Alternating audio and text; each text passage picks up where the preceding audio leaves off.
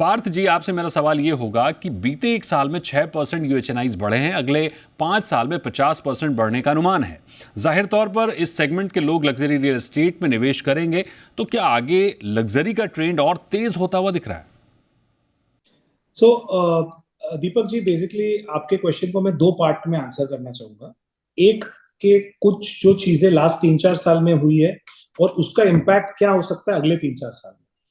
एक, अपने को रिकग्नाइज करना चाहिए कि पोस्ट कोविड लोगों को बड़े घर या तो एक बेटर लाइफस्टाइल पे स्पेंड करने का एक माइंड बना चुके थे लोग, from a saving mode to living a good lifestyle mode. तो इसमें जो भी लास्ट 7-8 साल में लग्जरी का एक ओवरहैंग था, जैसे आपके रिपोर्ट्स होते थे प्री कोविड के वर्ली, लोअर परेल, बहुत से लग्जरी एरियाज जो सेंट्रल मुंबई में भी थे, वो काफी टावर्स के टावर्स आ रहे थे और कंजम्पशन नहीं था। अभी आपको एक्सेप्ट करना है कि वो ओवरहैंग का कंजम्पशन ऑलरेडी निकल चुका है।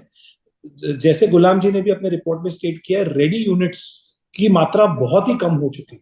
So now what is happening, आज जो भी नया सप्लाई आ रहा है उसमें यस, लग्जरी का ऑफटेक ज्यादा रहने ही वाला है, बिकॉज लोगों ने लास्ट 2-3 साल में स्टॉक मार्केट में अपने बिजनेसेस में काफी पैसा कमाया है।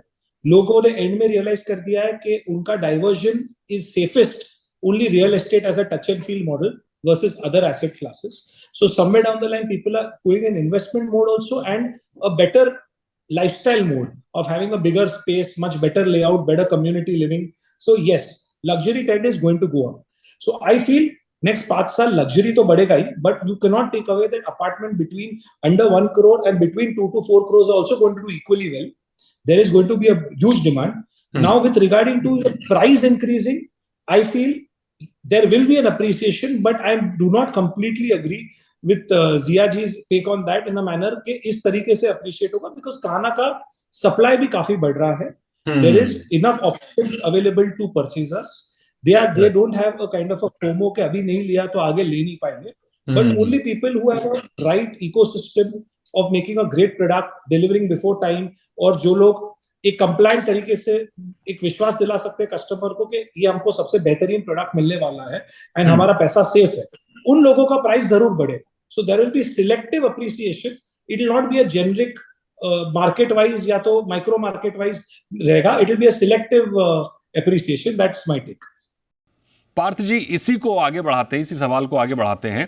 अब आपसे मेरा सवाल यह होगा कि यूएचएनआईज रियल एस्टेट को निवेश के नजरिए से देखेंगे तो भारत के मुकाबले आरओआई या फिर एप्रिसिएशन दुबई, सिंगापुर या यूके जैसे मार्केट में ज्यादा बेहतर है. जैसा कि गुलाम सर ने भी बताया कि तमाम कारण हैं, तमाम फायदे हैं विदेश में प्रॉपर्टी खरीदने के. तो क्या इस सेगमेंट के लोगों का प्रॉपर्टी निवेश भारत के बजाय इंटरनेशनल प्रॉपर्टी मार्केट में नहीं होगा? बाहर में जैसे गुलाम जी ने बताया ना दीपक जी, वैसे जो बाहर निवेश कर रहे हैं ना, वो बहुत स्पेसिफिक रिक्वायरमेंट के साथ कर रहे हैं कि जैसे बच्चे वहां पढ़ रहे हो या किसी को बेटर रेंटल है. जैसे आज कोई बॉम्बे से दुबई में अपार्टमेंट लेता है तो उसको मालूम है वहां रिटर्न ऑन मेरा रेंटल पे 7%, 8%, 9% भी मिलता है, जबकि बॉम्बे में आप कुछ भी करो तो बिटवीन 2% टू 4% के ऊपर आपको कभी यील्ड मिल नहीं सकती है.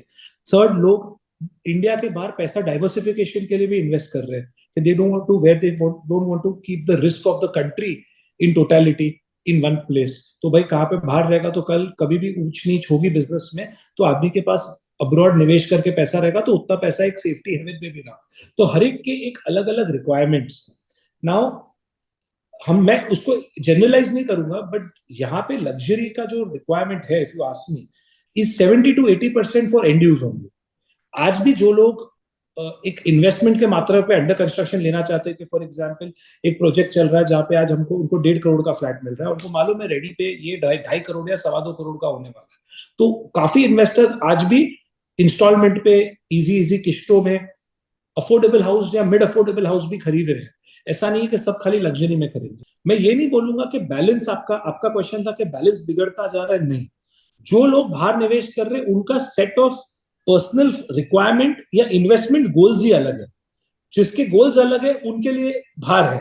बाकी अभी भी मैं जो समझ रहा हूं, काफी लोग इंडिया में ही इन्वेस्ट कर रहे हैं. इनफैक्ट हमारे पास एज अ कंपनी हमारा करीबन 10 से 12% सेल एनआरआई मार्केट से होता है. We are seeing lot of people from GCC, Abu Dhabi, Bahrain, Qatar और इवन फ्रॉम लंदन जो लोग बॉम्बे में इन्वेस्ट करना चाहते हैं और एक घर लेके रखना चाहते हैं कि वहां की इकोनॉमी में थोड़ी भी इंस्टेबिलिटी हुई तो हमारे पास यहाँ बंबई में एटलीस्ट एक अच्छी इन्वेस्टमेंट है.